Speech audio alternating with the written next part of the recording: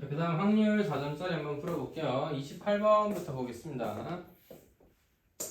연속 확률 변수가 갖는 x의 값의 범위 0과 그거라고 했고, 즉 연속 확률 변수 x에 대해서 확률 밀도 함수가 이렇게 그려져 있다라고 하죠. 오씨, 너무 이상하게 그렸는데? 조금만 더 늘려볼까? 자.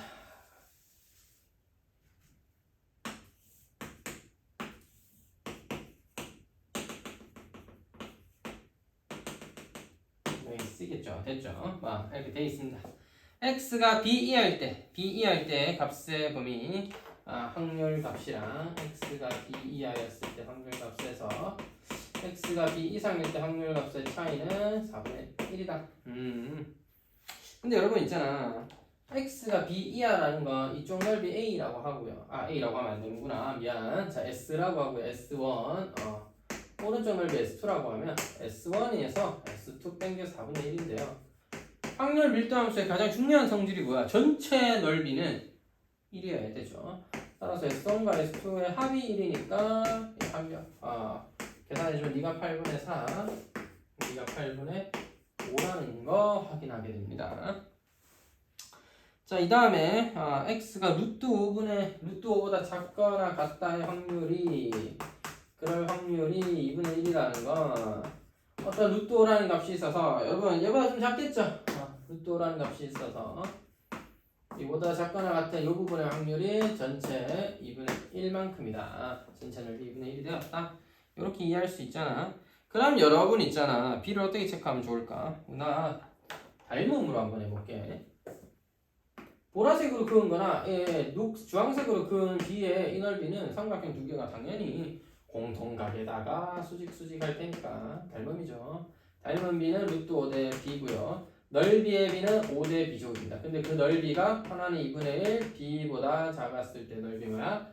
8분의 5라고 했단 말이다. 2분의 B제곱은 8분의 25이므로 B제곱은 4분의 25고요. B는 2분의 5입니다. 따라서 B를 체크했어요. 그 다음 여러분 삼각형의 꼭지점 위주에 나눠놨잖아. 근데 넓이의 B가 8분의 5대 3이면 밑변의 길이의 B도 5대 3이죠. 따라서 네가 2분의 5면 A는 뭐야? 2분의 3만큼 더해서 A는 4야.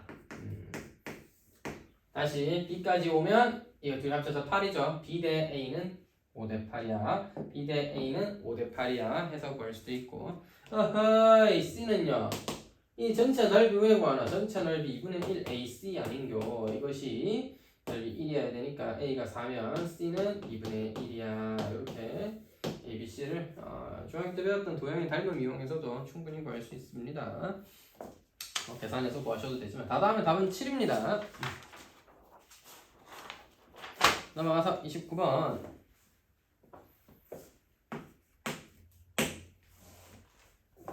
자, 앞면에는 1부터 6까지의 자연수가 이렇게 있고요. 뒷면에는 모두 0이 써져 있어요. 1, 2, 3, 4, 5, 6이 있고 이렇대. 뒷면에 다 0이 써져 있어. 그래서 3번 뒤집어 가지고 우리는 합이 짝수가 되게 하고 싶어요. 문제는 그런 뜻입니다. 주사위를 던져 나온 눈의 수가 K면 K번째를 던져 어쨌든 간에 1부터 6까지 숫자 중에 하나를 뒤집을 거란 말이잖아. 그래서 뒤집어서 그 짓을 3번 한 다음에 난 짝수이고 싶어. 홀수가 지금 3개나 있잖아요. 홀수가 3개나 있으니까 홀수의 개수를 짝수개로 만들면 됩니다. 홀수의 개수를 짝수개로. 그럼 3개였던 거를 뒤집어서 2개가 되게 하거나 3개였던 거를 뒤집어서 빵개가 되게 하려면 싹 다 홀수를 다 뒤집는 방법이 있겠고, 얘는 오히려 좀 어떻게 보면 쉽죠. 1, 3, 5를 모두 뒤집었다. 이렇게 이해하면 되는 거고, 3개를 뒤집어서 2개만 남게 한다는 게 어떤 의미냐. 홀 짝짝 뒤집어도 되는 거고요. 홀수 뒤집으면 0 되니까 짝수 됩니다.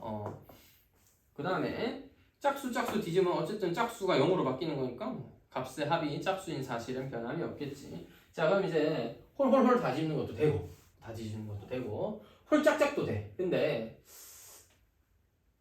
홀수가 한 번만 나와도 되고 홀수가 3번 나와도 되는데 3번 중에서 홀수 3번 중에서 자기 자리 뒤집는 건 어떻게 해야 될까? 그거 한번 생각을 해봐야겠죠. 예를 들어서 1, 1, 1이야. 그럼 봐봐. 처음에 1이었던 게 0 됐다가 1이 0으로 바뀌었다가 다시 또 뒤집으면서 1 됐다가 그럼 홀수 또 3개일 거 아니야. 뒤에 3호 있을 테니까. 근데 다시 한 번 더 뒤집으면 0 됐으니까 홀수 3호 2개 남은 거 맞죠? 즉 같은 자리 3번을 써도 상관없다는 거고요. 홀을 모두 다 다른 걸 뒤집어도 되고요. 근데 뭐는 안 돼? 홀수 2개만 뒤집고 짝수를 하나 뒤집는다든지 홀수를 2개 뒤집고 짝수 0을 또 뒤집어서 0은 없잖아요. 맞아. 짝수를 뒤집어 이런 경우는 안 된다는 거죠. 그러니까 홀수를 2번 뒤집으면 안 돼. 결국 홀수를 한 번만 뒤집거나 홀수를 2번 뒤집거나가 3번 뒤집거나가 됩니다. 자, 따라서 우리는 크게 경우를 2가지로 나눌 수가 있네요. 홀수의 개수를 짝수계로 만드는 방법은 생각해보니까 홀수를 3번 던지게 되거나 아니면 홀수를 한 번만 나오게 하거나의 크게 2가지 경우가 있겠다. 이렇게 나눠서 생각해 볼게요. 여러분 3번 모두 홀수가 나온다. 3번 던져서 3번 전부 다 홀수 6분의 3의 확률로 3번 짝수 6분의 3의 확률로 0제곱인데 안 쓸게. 뭐야 8분의 1이죠. 이게 홀수 3번이 나올 확률. 자 홀수 한 번만 나올 확률요. 그러면 홀짝짝이든 짝홀짝이든 나눠야 되니까 홀수 한 번이 언제 나올지 정하고 처음과 중간 마지막 정하고 6분의 3이라는 확률로 홀수가 한 번 6분의 3이라는 확률로 짝수가 2번 8분의 3이 되겠네요. 따라서 어찌됐든 간에 모든 수의 합이 짝수가 되게 하는 어떻게 보면 P짝이죠. P짝 P짝수가 되게 하는 확률은 8분의 1 더하기 8분의 3이니까 2분의 1이겠네요. 이렇게 생각할 수가 있겠습니다. 자, 근데 주사위 1의 눈이 한 번만 나왔을 확률. 그냥 주사위 눈이 1 나왔다는 필요 없고 1을 때 이런 조건부 확률이잖아. 그럼 우리가 계산해야 되는 거야. 합이 짝수인데 합이 짝수인 거다 짝수라는 건. 근데 1이 한 번, 1이 한 번, 1이 1번 이렇게 나오는 경우를 생각해 봐야겠지. 자, 그럼 뭐야? 홀수 3번 중에서 1이 한 번만 나온 경우와 홀수 한 번인데 1이 나온 경우 그렇게 나눠서 생각하면 되겠다. 그지? 그렇게 한번 접근해 볼게. 여러분 1 홀수 나와야 되죠. 3번 중에 1은 어디서 나올지 결정해야 되겠고요. 그 다음에 6분의 1의 확률로 1은 나왔을 거고 그 다음에 홀수는 1이 아닌 홀수니까 6분의 2의 확률로 짝수는 안 돼. 3 또는 5, 6분의 2의 확률로 2번 나오게 된다. 미리 계산 조금 해놓으면 18분의 1인가요 이게? 맞죠? 그 다음에 두 번째 1이 한 번 나오고 나머지는 짝수로 채우는 거죠. 왜? 홀수가 한 번 나오는데 그게 1이었다는 거니까. 1은 언제 나올지 확인을 하고 6분의 1 확률로 1이 나왔으면 6분의 3의 확률로 짝수가 2번 나오게 됩니다. 2분의 1은 또 세제곱이니까 이것도 뭐야? 8분의 1인가? 따라서 이 확률은 지금 계산해보니까 8분의 1과 18분의 1이었어요. 72분의 1로 해야 되나 이거? 얼마니? 9 더하기 4니까 13이니? 끝났네요. 조건부 확률이긴 한데 미리 다 그렇게 써놨죠. 짝수일 때 짝수이면서 1이 한 번 나오는 경우의 확률 이거니까 2분의 1분의 72분의 13이다. 이렇게 계산해주면 36분의 13의 확률로 우리는 문제 조건을 만족한다. 이렇게 얘기할 수가 있겠네요. 개인적으로는 이 문제도 생각이 많이 헷갈렸던 것 같아요. 홀수가 어떻게 되는지 중간에 0이 또 뒤집어지면 어떻게 되는지 이런 것 때문에 조금 생각하기가 오히려 헷갈리지 않을까. 그게 딱 이제 확인이 딱 잘 되고 나면은 계산은 독립시행의 확률 몇 번 써주는 것만으로도 충분하고 조건부 확률이긴 해도 1이 한 번 나올 확률 아예 따로 구한 다음에 그 짝수랑 어떻게 해주는 게 아니라 이럴 때 1이 몇 번 나오면 한 번 나오게 한다 해서 만들면 되니까 홀수가 어떻게 하면 딱 합이 짝수가 나오게 되는지 그걸 생각하는 게 어려웠던 것 같고 그냥 계산 자체는 그렇게 그럴듯하고 대단할 건 없었습니다. 자 30번 오히려 저는 30번이 조금 더 쉽지 않나 생각을 했는데 물론 문제 조건을 이해하는 건 어렵지 않은데 이걸 어떻게 세알일까가 제일 문제잖아 사실. 자 1부터 10까지 자연수에 대해서 x에서 x로 하는 함수인데 자 9 이하의 모든 자연수에 대해서는 fx는 fx 더하기 1이다. 즉 기본적으로는 증가하는 모양이어야 된다. 함수는 계속 값이 커지는 모양이어야 돼. 근데 1과 1과 5 사이에서는 그 함수 fx는 1보다 아니 자기 자신 x보다 작아야 돼. 즉 1은 1보다 작은 값만 가져. 작거나 같은 값 가져. 그리고 2는 1, 2 가질 수 있고 3은 1, 2, 3 가질 수 있고 4는 1, 2, 3, 4 가질 수 있는데 이게 웃긴 게 뭐야? 작으면서 커지긴 해야 돼. 뭐 그런 얘기죠. 아 그렇군요. 1과 5 사이에서는 그때 값보다는 더 작은 것만 가져야 되시고 6과 10 사이에서는 그때 그 자기의 대응하는 정력보다는 큰 거 가지셔야 된다. 그래? 근데 F5와 F6이 이런 관계를 가져야 돼. F6은 F5에 6 더한 거야. 그럼 여러분 F6과 F5는 사실 조금 제한적이겠다. 그치? 많지 않을 것 같아. 그러니까 네가 1이면 네가 7이고 이런 거잖아. 그러니까 내가 이걸 표처럼 그려보면 F5, F6이라고 할 때 내가 1이면 너 7이고 내가 2면 너 8이고 내가 3이면 너 9고 내가 4면 너 10이고 이 다음에 쫙 F1, 2, 3, 4, F7, 8, 9, 10을 어떤 식으로 줄 거냐에 대해서 생각을 좀 해봐야겠죠. 그래서 쌤이 이걸 어떻게 풀 거냐. 저는요 좋은 방법을 많이 생각해 봤는데 잘 모르겠습니다. 좋은 방법 같은 거 어렵지 않아. 안 어려워 이게 어떻게 안 어려워. 자 그래서 공간을 조금만 더 확보해보고 1, 7, 2, 8, 3, 9, 4, 10이었는데 그럼 저는 수영도 엄청 좋아합니다. 왜요? 몰라 그냥 좋아해. 자 F6, F7, F8, F9, F10 이렇게 저는 수영도 그려서 찾아볼게요. 다 해볼 겁니다. 자, F6이 7이에요. 그 다음은요, 7보다 큰 거니까 7, 8, 9, 10 이게 다 되네요. 좋습니다. 7은요, 그 다음에 뭐야? 8, 9, 10이죠. 왜? 8은 8 이상만 되니까 8, 9, 10. 8이면요, 9, 10. 왜? 9는 9 이상만 됩니다. 10은 근데 어차피 10밖에 안 돼. 그래서 안 쓸래요, 그냥. 그리고 생각을 해보는데 10이 등장하면 어차피 그 다음부터 다 10보다 큰 거밖에 못 쓰잖아요. 그러면 크거나 같은 거밖에 못 쓰잖아요. 그럼 어차피 10 등장하는 시점에서 그 다음은 뭐 의미가 없어. 9 등장했네 90. 근데 9도 뭐야 결국엔 10 쓸 거고 너는 끝이고 너는 이렇게 끝.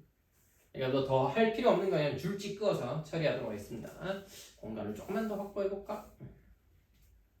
참고로 7이었을 때 5가지 경우가 있겠네요. 8이었을 때 똑같아 8, 90. 근데 8, 90이면 여기에 일어나는 경우랑 다를 바가 없지 않을까요? 다를 바가 없다. 다를 바가 없다. 따라서 너 뭐야? 또 90 나눠지니까 또 하나, 둘 있겠고 너도 90 나눠지니까 또 둘 있겠고 너는 10 하나 있으니까 너도 5가지 경우가 있겠다. 이렇게 찾으면 되는 거야. 9는요? 90밖에 없죠. 왜? 쌤 8은 8 안 돼. 앞에 거보다 큰 거 쓰셔야 돼. 9도 역시 90밖에 없어요. 끝 쫙 하면 3개고요. 그 다음에 바로 10이 왔다? 그러면 그냥 계속 10입니다. 따라서 14개 있네요.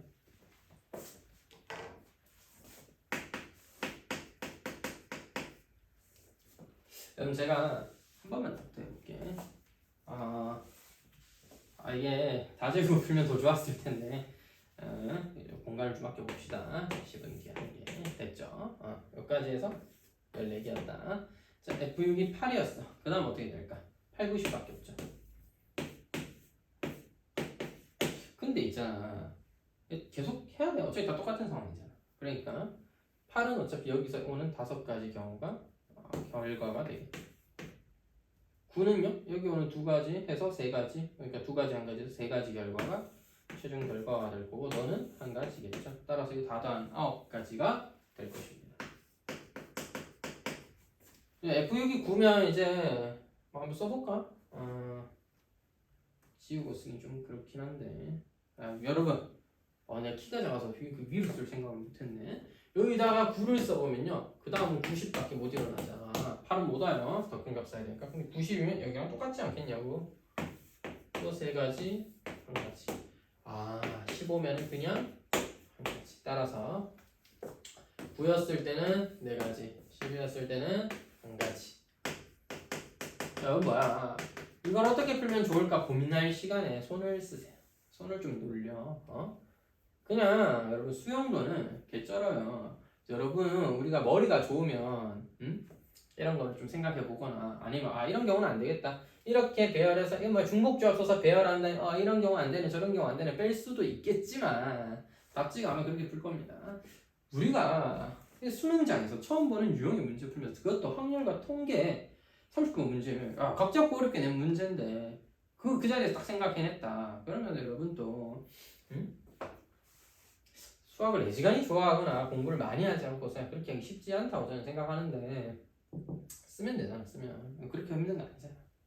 쓰면 되잖아. 쓰면 뭐 얼마나 몇 개 된다고 꼴뚜라미 10몇 개밖에 안 되는구만. 심지어 해보니까 생각으로 이거 몇 개 안 나오는 데다가 8은 그냥 똑같은 반복일 뿐이야. 너 그대로 옮겨놓은 거죠. 얘가 없는 것 뿐이잖아. 9로 하니까 위에 거 둘 다 없고 그냥 9, 90 이거밖에 안 나오는 그런 결과였어요. 그 다음에 쌤이 여기서 끝을 낼 건데 봐봐.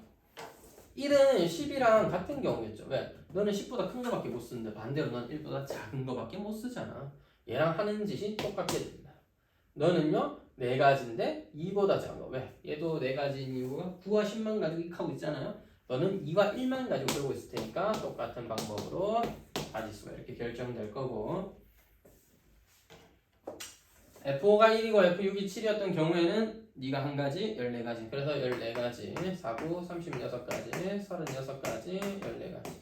따서 모두 합쳐서 100가지의 경우가 생기게 됩니다. 자, 이렇게 개인적으로는 저는 모든 문제를 풀 때 잘 안 되는 부분이 있거나 헷갈리는 부분이 있거나 하면 수영도 그려가면서 하는 거 추천드리고 자, 수영도를 그릴 때 대신에 우리가 멍청해서 다 그리자, 다 살려보자 라는 얘기를 하는 게 아니에요.